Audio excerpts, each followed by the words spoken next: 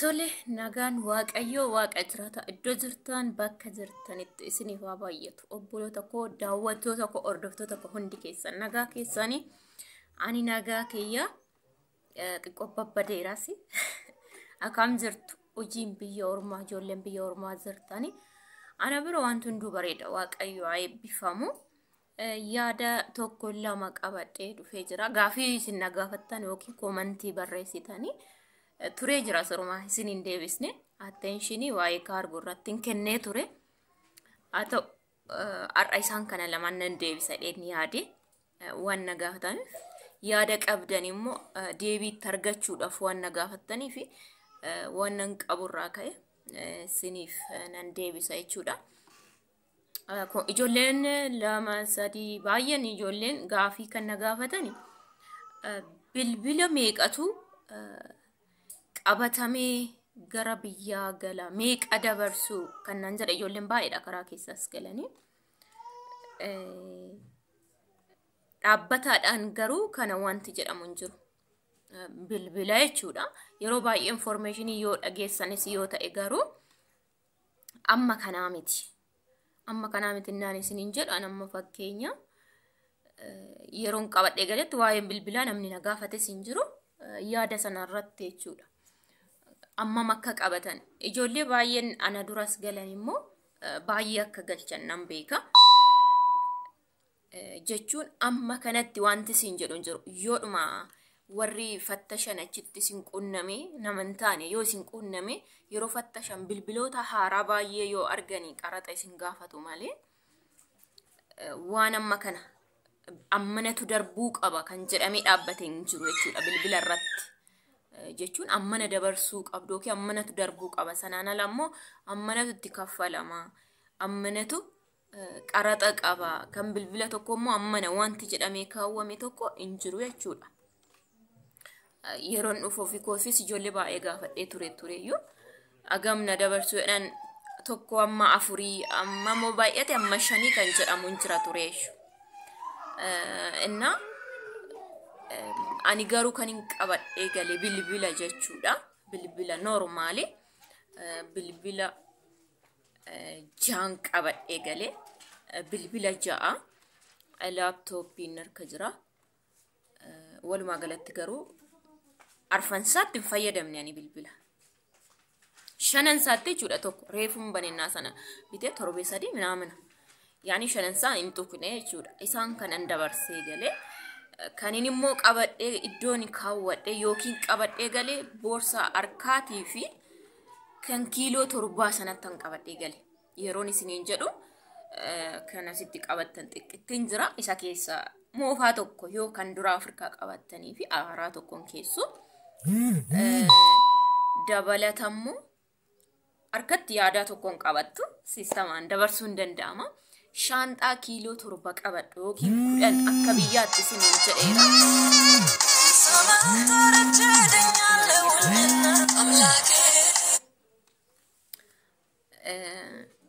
Isa kiiloo 10 keessatti bilbila 3 godhan. Isa keessa bilbila 3 godhe.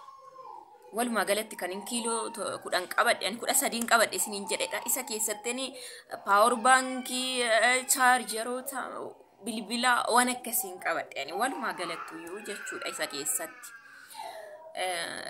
isinitti meera shantaan sun guddinni isaa saayiziin isaa guddachuun qabu gin kiiloo amma feetanii keessatti oo guddistaan amma fe'ee darba jechuudha garuu saayiziin isaa guddate taanaan duubatti isin deebisanii karaa biraa isin harkaa fuudhu ishuma kiiloo 7tu achumatti tartiibessaati jechuudha inni yeroo fudhattan kanaaf ani bilbila ja'aadha kan hin galche namni waa'ee bilbila nagaafates hin jiru. Gaafii kanaan nagaafatee yookiin immoo maa dabarsita amma kana naan jedhe sas gidduutti hin jiru jechuudha. Laaptooppii harkumatti hin qabadhe bilbiloota amma akkuma isiniin jedhe 3 shantaa kiiloo 7 yookiin 10 sana keessan qaqqaawwadhe tokko harkatti hin qabadhe lama immoo asuma keessan godhe jechuudha. Garuu kavarii isaarraan baasanii kavarii isaa akka haaraatti ashagee baadhee hin deemne tarii isa jedhamu ijoollee informationii waan duraan gaafadheef tarii yoo na gaafatan isa jedhu waan yaadee fi kavarii isaa irraa baasee jira aaraa yeroo bittan ishagamee jira miti isa irraan baasee jechuudha bilbila lama qofa irraan teessise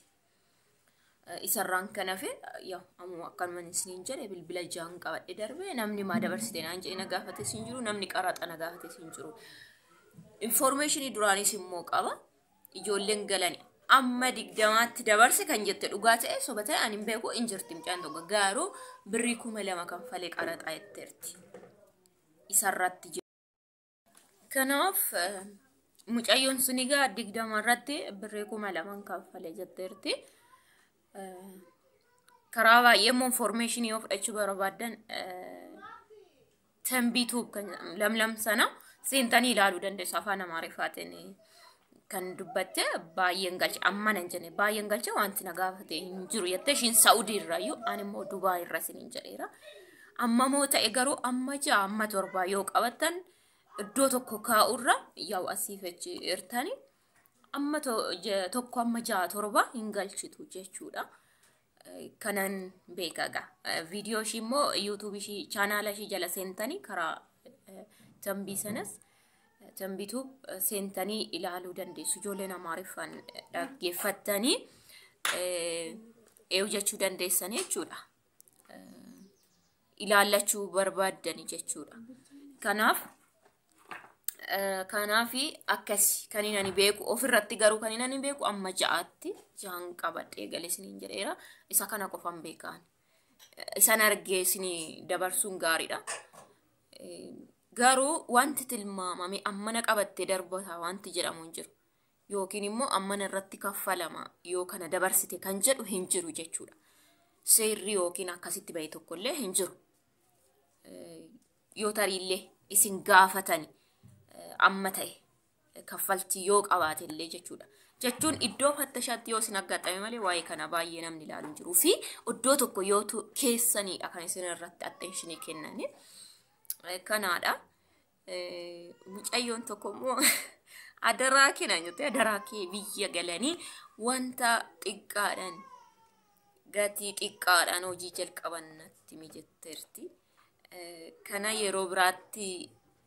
video yoo hojjedhe malee ani hojii amma ittiin galle hojiidha nan karoorse maleedha akkuma yeroo darbe isiniin dubbadhe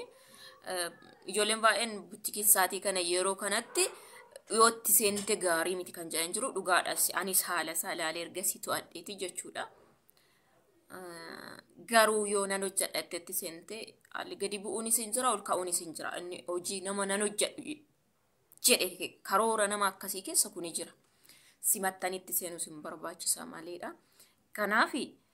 biyya keenyatti waan hojjetamu si jammar baay'een hin jiru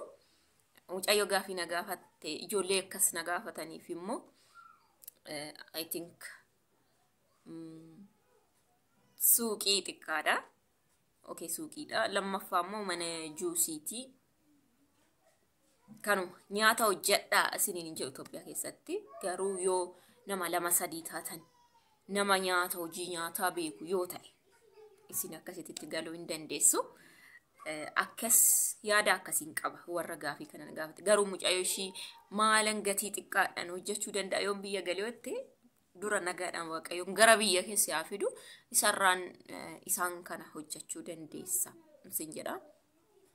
kanaadha yaada ijoolleen baay'ee na hiraniiru butikiin haala biyya afaan hin ulfaata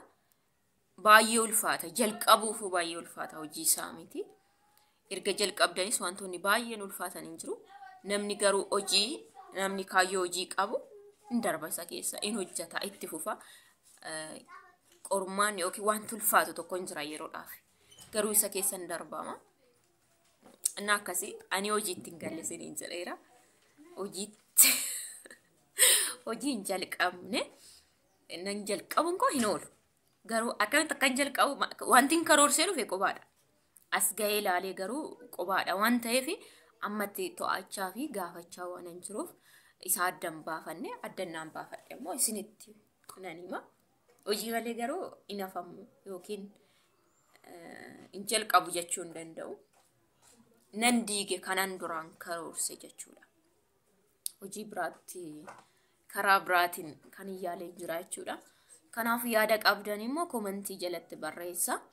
channel koo faaraa warri taatan seenaa subscribe godha video kana ijoolleen irraa barumsaa fudhatan yookiin yaada hiratan yoo jettan ijoolleedhaafis share godha gaafii kan qaban baay'eetu jira. Isaaniif deebidha jedheen yaada. Share like godhaa isiniin jedha. Asmaan na maatii koo ta'a na jajjabeessaa hojii koo irratti na wajjin ta'a.